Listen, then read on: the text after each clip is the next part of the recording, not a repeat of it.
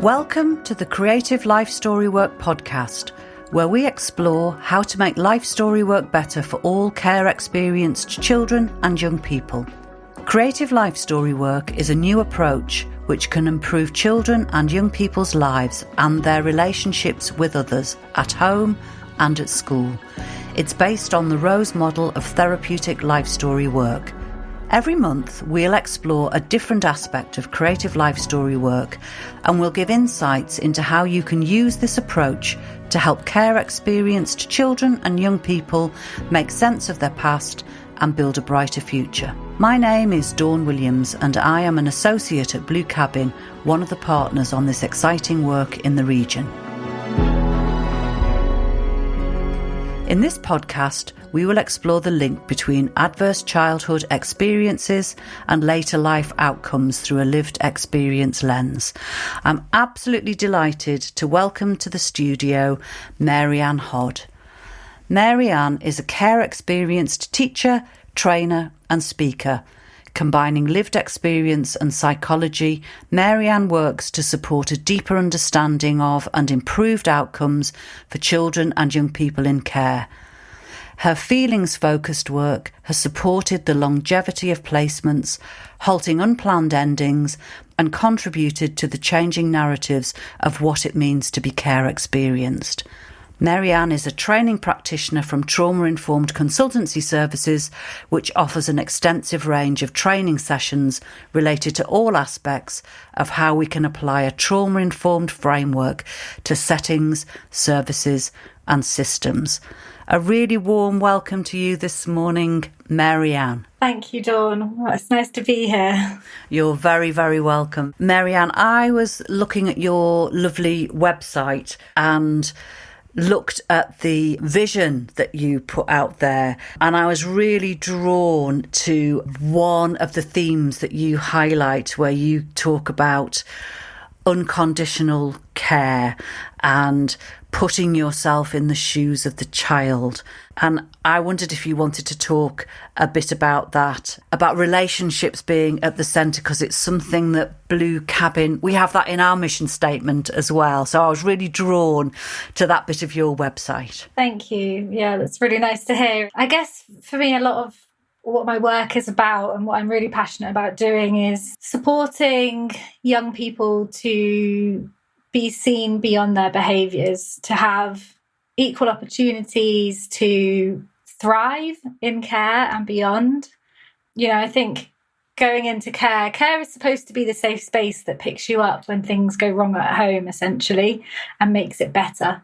And so often we can be surrounded with narratives and statistics and stereotypes that might feel quite predetermining or limiting for who we might be and where we want to go. So I think this idea of, you know, unconditional positive regard for children and young people is a really good starting point, and something I'm really passionate about in everything that I do, you know. Unconditional positive regard is also something that Richard Rose talks a huge amount about, and about having that at the centre of all the work that he's encouraging us to think about at Blue Cabin. I wondered that you said there about care is the place, that the safe place where you go when things have gone wrong. I wondered if you'd like to talk a bit more about what are the considerations that need to be in place for it to be called a safe space for that child? I think it comes back to that vision that you spoke about again, you know. I think that element of relationships, relational practice being at the core of everything that we do, it has to be first and foremost. You know, I think it's the educational psychologist Karen Treisman that has that beautiful quote that says, "When the harm is relational, so too must be the healing." And I think that's a really nice starting point for us, is recognising that for a lot of children and young people that experience early adversity, that this harm has come in the form of relationships, in either things happening to us that shouldn't have happened to us, that we shouldn't have had to go through, or us not getting what we should have and needed at certain points. So it's about that kind of relational capacity for healing, understanding that potential for healing and that possibility of positive change. And I think that links really nicely to that idea of aspirational practice, setting the standard that for us to have high expectations for our children and young people and to create environments in which they can go on to thrive. There's that beautiful quote which says, "When a flower doesn't bloom, you fix the environment in which it grows, not the flower." Oh. And I come back to this time and time again. I just love it so much because that's what it's really about for us. I think it's about us looking at our environments and saying, okay, if this young person isn't flourishing, isn't thriving, what can we do to support them in that growth? And it becomes kind of about us and the adults' problem to change the environment rather than necessarily labeling or blaming children or focusing on the behaviours, which are so often, born out of a desire to protect ourselves in an environment that's not meant for our survival so often, I love that you use the metaphor of the flower, because certainly the artists at Blue Cabin who've been delivering our All About Me sessions, huge on use of metaphor in the sessions that they're working with, and also I wondered if a lot of the things that we think about is about also celebration. So those places where stories are being told, but it's also about celebrating some of those moments as well. And I wondered if that was, I know you talk about inspiring positive change, and I wondered if that aligns with your thinking as well about a space to celebrate those young people and who they are. Yeah, absolutely. To build on that good, right? And again, I know that's part of the Richard Rose model is that strengths-based element. I think for children and young people that experience this early adversity and are in the care system, we can so often be surrounded with a list of what might feel like is stuff that's wrong with us or things that have gone wrong in our life. But every child has something good about them, and every child deserves that to be celebrated. And so absolutely, I think it's that point of celebrating and pointing out and labeling the good stuff and building on that time and time again, those like little small daily doses of celebration, of connection, and labeling and naming those strengths, I think is really, really important, isn't it, for young people to hear that you're good at something, or to hear that example of when you were caring or kind or funny. And to read that as well. I know from my own files journey, when I got my files, which the files process in itself, getting my paperwork from the social services is quite an unhuman journey in a sense. You fill out that online subject to access request and then you wait. And it was about a year later that I got an email with a link to my files. No words, no kind of pre-warning of what I was about to receive. I just opened it up and there was my whole life, not in chronological order, that I had to work through. And it felt like a lot of the time that I was reading paperwork that was about somebody else that didn't reflect me as a child. It's actually just one line in about 8 hours worth of reading that says, it was written when I was 7 years old, and it says, "Marianne wants to be a vet when she's older." And I've clung onto that line because it really reminds me of the little girl that I was, that was obsessed with animals and would talk to all the cats when I walk home, and was friends with woodlice, and it brought me to life. And I think, that's what it's about sometimes, isn't it? It's those small moments that can make the world a difference for young people, that we sometimes don't even realise the impact of what we're saying and how we're saying it.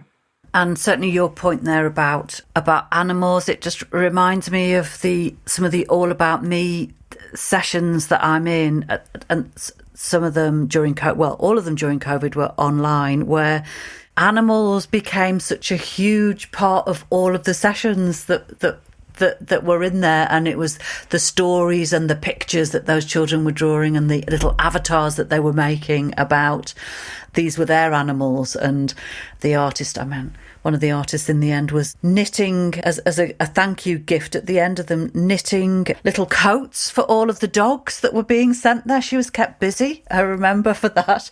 But it was those children being the narrators and the writers and the graphic artists and the musicians, and them being able to, as you say, that tiny little moment of who they are to go in. Yeah, absolutely. That's so nice. Let's go to a break now, where you can find out more about the benefits of a Creative Life Story Work membership. We want people to gain more of an understanding about what it's like to be care experienced, and to have a better understanding of what it actually means. Could Creative Life Story Work make a difference to the care experienced children and young people you work with? Maybe you're a social worker.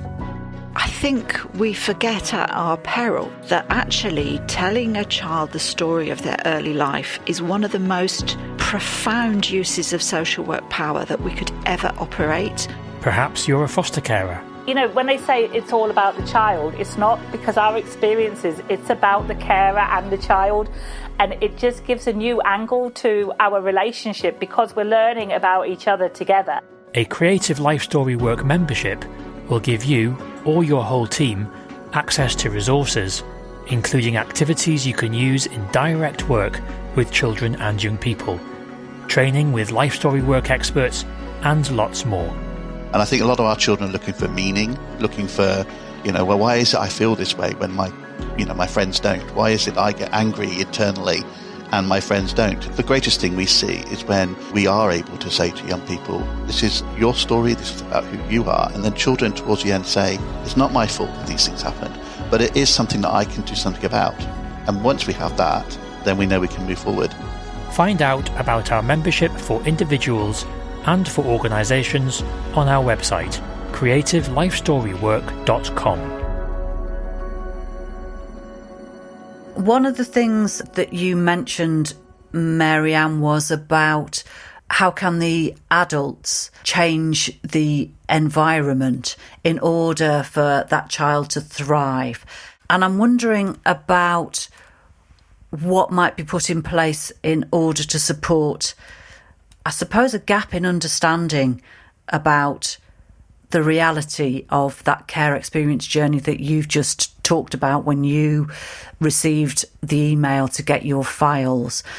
What can be put in place for some of the foster carers who are perhaps listening to this podcast to think about supporting the child so that they can thrive? I think that's a big question in itself, but for me, the starting point is always this element of trauma-informed care and being able to support carers, for example, to have an understanding of why I might behave the way that I do and what's led me to have these kind of behaviours that might be viewed as challenging or might be difficult to manage at times, but from a young person's perspective have been behaviours that have helped me survive in an unsafe world. And starting with that ability to see beyond behaviours, because I think the life story work process in itself, comes with times where you hear it where carers say, they've regressed in their behaviours, or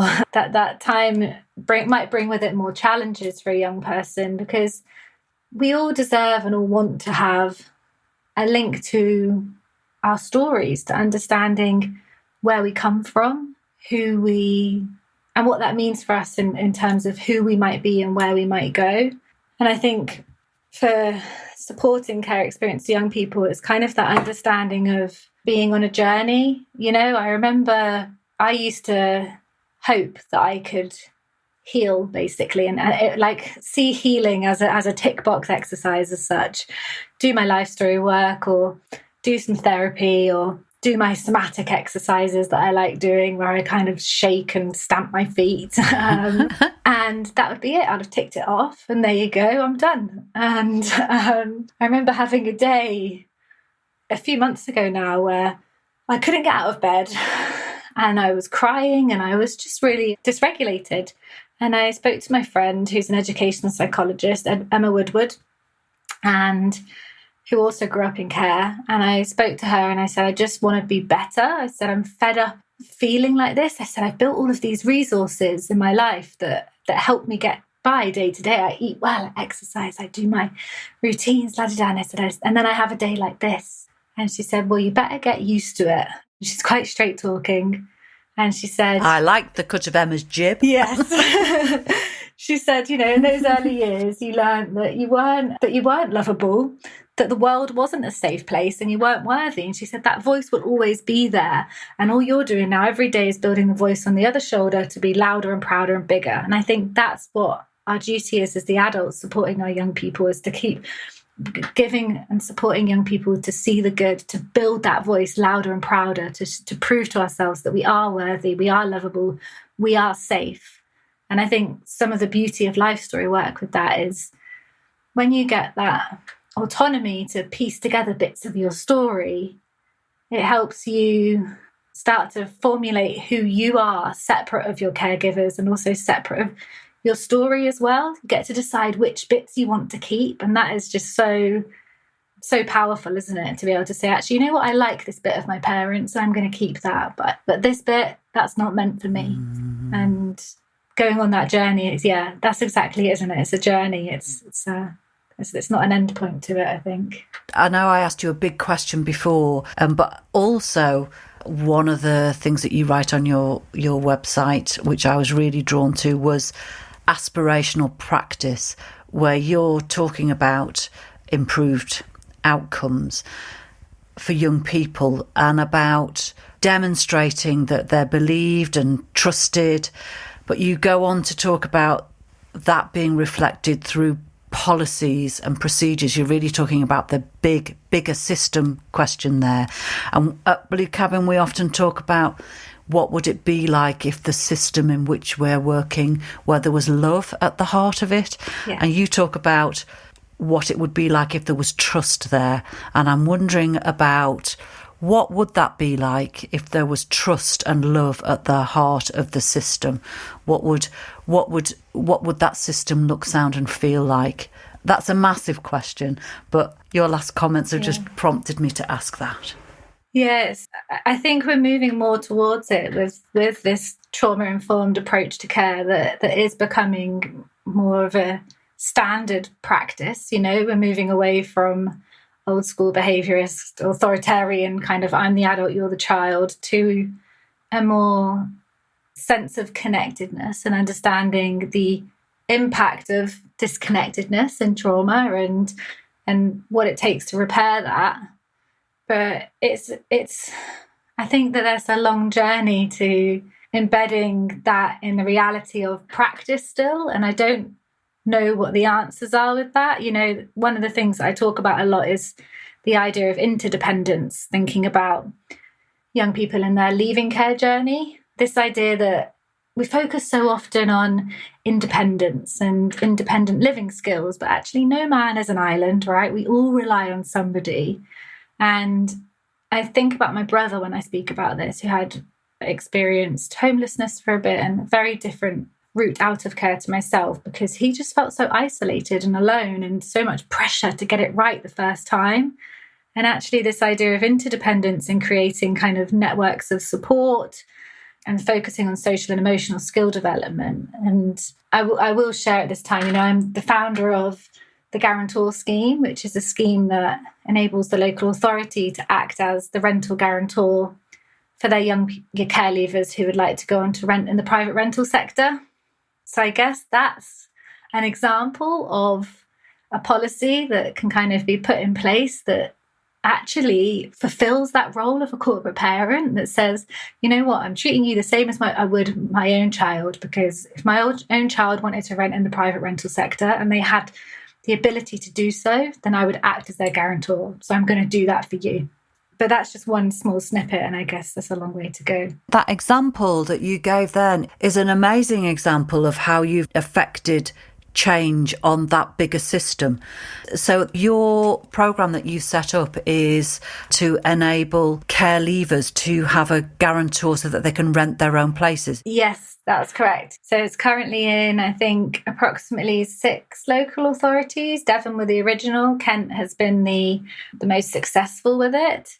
Most recently, Coventry are coming on board, and Barking and Dagenham are one. There's a few that have put this as part of their local offer, and it's exactly that. It's saying, if a young person, there's an application process that goes with it. So if a young person can show their readiness for private renting, just as a parent would expect their child to show that they're ready, that they can manage a budget and look after themselves, and they know who they're going to ask for help if they need it.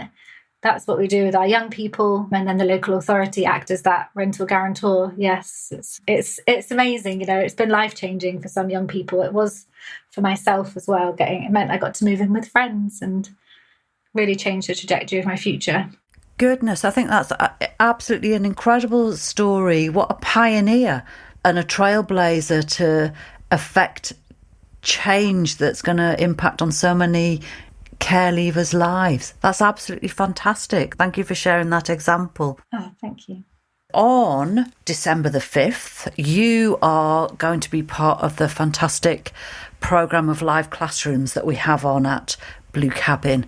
And I wondered if you wanted to say, not give all your secrets away, but if you wanted to say a bit about what people could expect who are thinking about joining us on December the 5th. It's really about combining my personal experiences of my own ACEs journey as such, my adverse childhood experiences, of discovering what that meant for me in my own life and the impact of understanding the statistics, the stereotypes and the language that surrounded that. Moving through to a real kind of strengths-based approach to understanding how we understand the impact of trauma and adversity and how we can support our young people to go on and thrive after those kind of early childhood experiences. It started from me asking myself the question, why might I be okay when everything around me tells me that I shouldn't be? And so we kind of really delve into that and asking, what makes the difference, really. So incredibly useful for some of our foster carers and potentially staff from virtual schools as a really great starting point for supporting the children that they're working with to thrive. Thank you, Mary-Ann, for your time this morning. Thank you for sharing such insightful stories, and it's been an absolute pleasure to meet you, and I look forward to being in your session on December the 5th. Thank you very much. Thank you so much. Yeah, thank you for having me. One last thing that I would like to add is I am actually in the process of training to be a therapeutic life story work practitioner myself as well. So just going through the Richard Rose model, because it's something that I'm so incredibly passionate about. Very grateful to the Reese Foundation who are sponsoring my place on the course, and can't wait to be able to, to talk about that in a bit more detail as well throughout our time together in December. I didn't realise that you were doing that as well. That's absolutely fantastic. That might have to be another podcast with some of the other therapeutic life story workers who are working with Richard Rose as well. I love that he's the thread that goes through all of our podcasts. That's fantastic. Really pleased that you shared that. That's brilliant. Yes. Okay. Thank you, Mary-Ann. Thank you so much.